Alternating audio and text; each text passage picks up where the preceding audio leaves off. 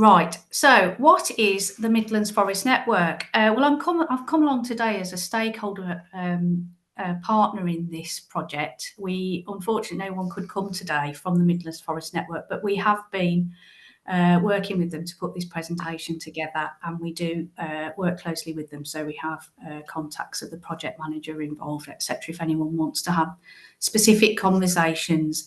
So what is it? Well, in July 2021, the Midlands Engine published the 10-point plan for green growth. So Midlands Engine is about essentially trying to promote the Midlands as an area of economic activity, to promote all the great things that we can offer in the way of industry and so forth, to take the UK forward and to try and attract investment to the area. So the two key focus areas of the Green Growth Plan were nature's recovery and blue and green places. And the Nature Recovery Workstream, led by Toby Bancroft of the Woodland Trust, has led to a creation of the Midlands Forest Network. And the link I've put in there will take you to the Midlands Engine webpage, which gives you all the information which you may not be covered in here about the Midlands Forest Network.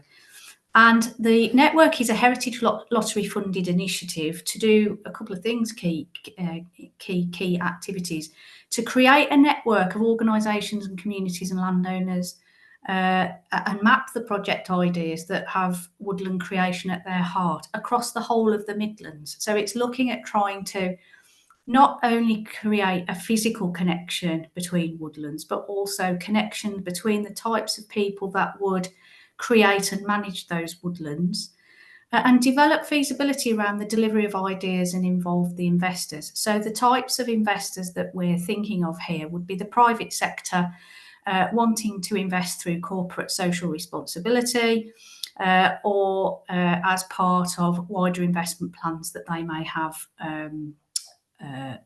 assessed in relation to things like perhaps biodiversity net gain, etc. So this group is very much an overarching group for the Midlands to really bring all of those together to put the Midlands on the map in the context of nature recovery.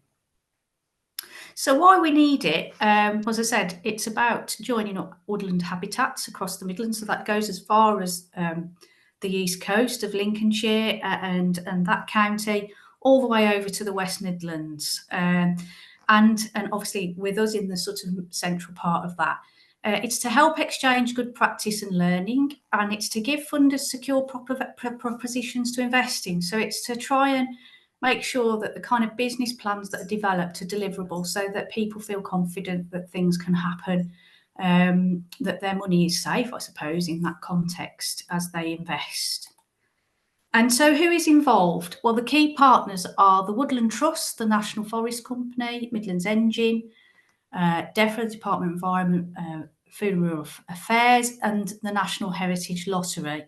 Stakeholders include the County Council, Leicester County Council, and Harborough Woodland, who are an independent group.